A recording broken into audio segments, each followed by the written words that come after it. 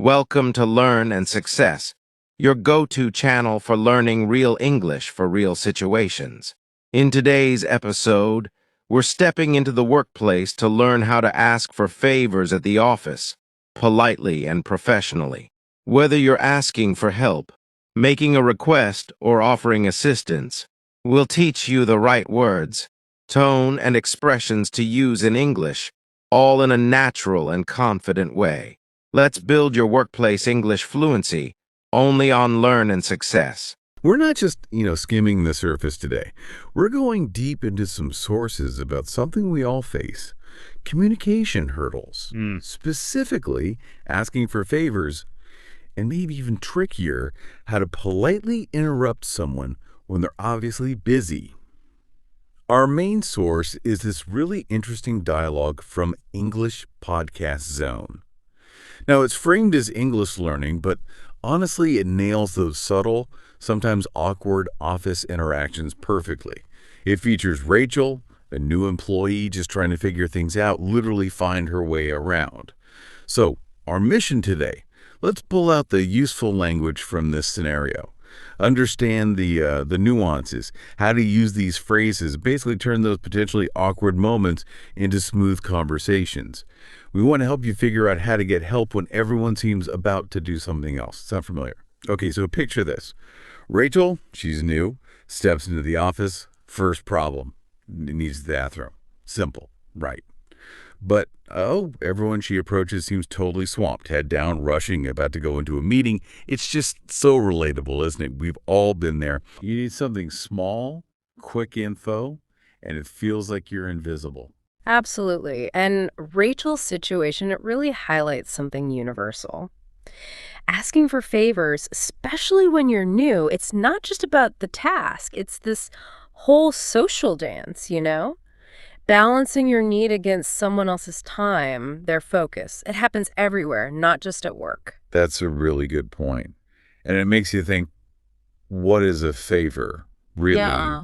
The dialogue seems to suggest it's broader than we might think. It does. The source defines it pretty simply as a small, helpful thing. But then it gives examples that are, all over the place. It could be tiny, like, can you pass me that pencil? Or a bit bigger, can you pick me up on your way to work?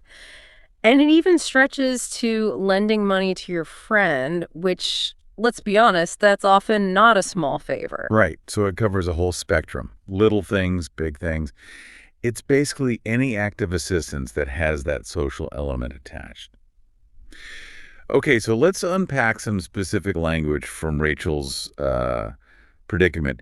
Even in this simple dialogue, there's some really useful stuff. First up, welcome on board. Welcome on board. It's more than just hello. It really means welcome to the company or welcome to the team. It's about inclusion. And the source points out this cool origin, doesn't it?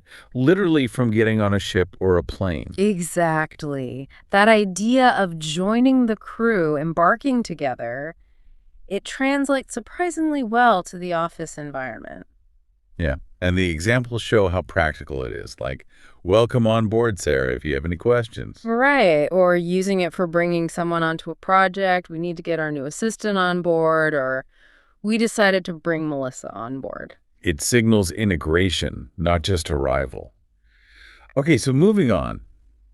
The reason Rachel's colleagues couldn't help, they were always about to do something. Ah, yes, about to. Such a key phrase. It means you're going to do something really, really soon, like immediately. And in this context, it's often a polite way of saying, I can't right now because something else is imminent. Exactly. It explains why they couldn't help. I'm about to go out for lunch. Or I'm about to go into a meeting. It set the boundary, politely. My attention is committed. And then, because they couldn't help, they suggested someone else, which brings us to the word instead. Instead means in the place of. Simple enough, but it often implies a substitution because the first option wasn't possible or desirable. Right. Like, I'll have the chicken instead of the fish. Yes, You're making a specific choice over another option. Or the sweater example. I wanted red, they didn't have it, so I bought blue instead. A change forced by circumstance. Mm-hmm. And in Rachel's case, Sean was suggested instead of the busy colleagues. He was the available alternative. Got it. And the last key word here, central to the whole theme, is interrupt. Yeah, interrupt. It's not just talking over someone, it's breaking their concentration, stopping their workflow when they're busy, or, yeah, maybe speaking. It's that intrusion. Which Rachel tries to soften when she finally corners Sean, right? Yeah. She says, sorry to interrupt you, Sean. Exactly. It's acknowledging that she knows she's breaking his focus. Okay, so we've got these individual pieces. Welcome on board, about to, instead, interrupt. But how do you, put it all together? How does someone like Rachel actually ask for that favor effectively, especially when facing a wall of about to? This is where the strategy comes in. Well, the good news is the dialogue gives us some really solid, polite ways to phrase the request itself. The choice depends a bit on the situation, you know. Okay, what did the source suggest? I remember Rachel used one. Right, Rachel used, "Can I ask you a favor?" which is very common, quite standard. Okay. But the source also mentioned, "May I get you to do me a favor, and will you do me a favor?" Ah, right. So what's the difference there? Is it just formality? It's partly formality, but also subtle power dynamics, maybe? "May I get you to?" Sounds a bit more deferential, perhaps better for a senior person or a bigger ask. It shows extra respect for their time. Okay, that makes sense. "Can I ask you a favor?" Yeah. It's kind of your everyday, versatile option. Direct, polite, good for peers. And will you do me a favor? That one feels maybe a bit more direct, like you're seeking a clear yes or no. Well. Perhaps if things are a bit more urgent. Each one subtly frames the interaction. Interesting. Okay, so that's asking the favor itself. But what about the first step? Approaching someone who looks really busy. How do you even start? That's crucial, isn't it? You have to acknowledge their busyness right off the bat. And the source gives us some gold standard phrases for this, especially at work. Yeah, these are the ones I think everyone should know. Things like, "I hate to bother you, but..." I'm sorry to bother you, but... "And I don't mean to bother you, but..." Right. Why are those so effective? Because they immediately signal empathy.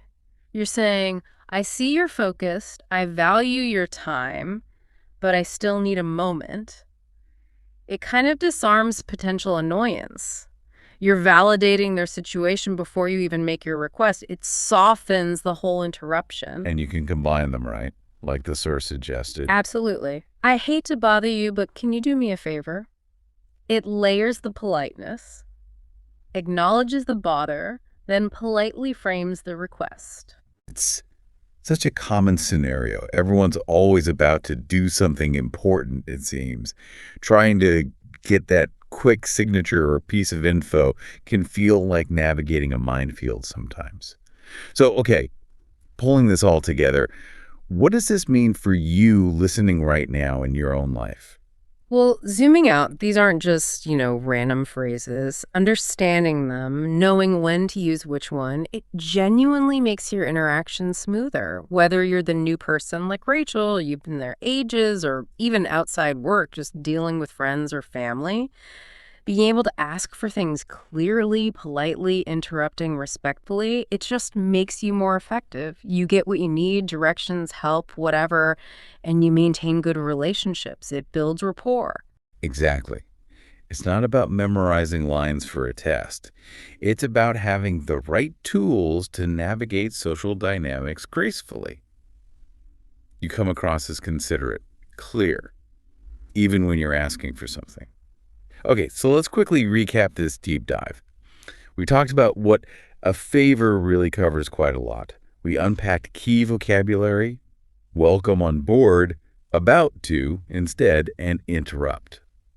And crucially, we looked at those practical phrases for actually asking for help and for politely breaking into someone's busy moment.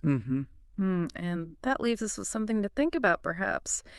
This dialogue, it showed how easy it is to seem unhelpful, maybe without meaning to, just by being about to do something. So, what does that suggest about the sort of unspoken rules or expectations in our conversation, especially when someone needs help and someone else is busy? How much can clear, polite language really bridge that gap? And maybe what responsibility do we all have, to try and create a slightly more helpful, approachable atmosphere, no matter how busy we feel?